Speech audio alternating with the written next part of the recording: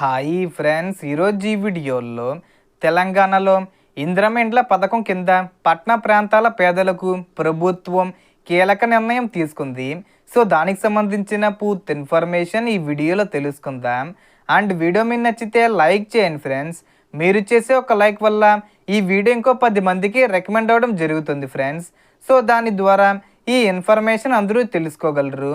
So ఏమాత్రం late చేయకుండా వీడియోలోకి వెళ్ళిపోద్దాం. సో రాష్ట్ర గృహ నిర్మాణ శాఖ మంత్రి పొంగులేటి శ్రీనివాసరెడ్డి నిర్వహించిన సమీక్ష సమావేశంలో క్యూర్ పరిధిలోని 26 నియోజకవర్గాల్లో తొలి విడతగా ప్రతి అసెంబ్లీ సెగ్మెంట్కు 500 ఇళ్ల చొప్పున నిర్మించేందుకు టెండర్లు ఖరారు చేసే ప్రక్రియను వేగవంతం చేయాలని అధికారులకు ఆదేశాలు ఇచ్చారు.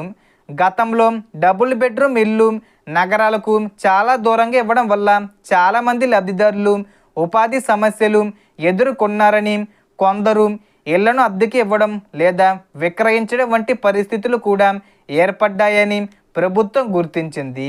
అందుకే ఈసారి లబ్ధిదారులు ప్రస్తుతం నివసిస్తున్న ప్రాంతాలకు వీలైనంత దగ్గరలోనే ఇళ్లను నిర్మించి ఇవ్వాలని నిర్ణయించింది.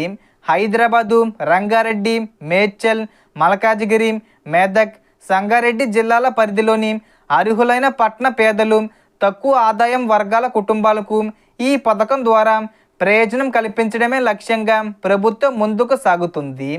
ఇప్పటికే గుర్తించిన ప్రభుత్వ భూముల్లో నిర్మాణ పనులు ప్రారంభించేందుకు అవసరమైన చర్యలు చేపడుతుండగా అవసరమైన భూసేకరణ ప్రక్రియను కూడా వేగవంతం చేయాలని అధికారులు సూచించారు.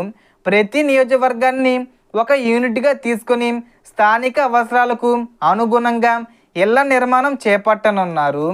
సో ఇంకా దరఖాస్తు చేయని అర్హులు తమ ఎంపీడీఓ లేదా మున్సిపల్ కార్యాలయం ద్వారా దరఖాస్తు చేసుకోవచ్చు.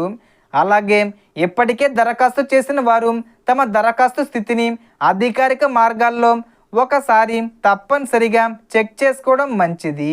సో ఈ వీడియోలో ఇన్ఫర్మేషన్ ఇది ఫ్రెండ్స్. మీకు ఈ వీడియో నచ్చితే లైక్ చేయండి, షేర్ చేయండి అండ్ సబ్స్క్రైబ్ చేసుకోండి. Thanks for watching.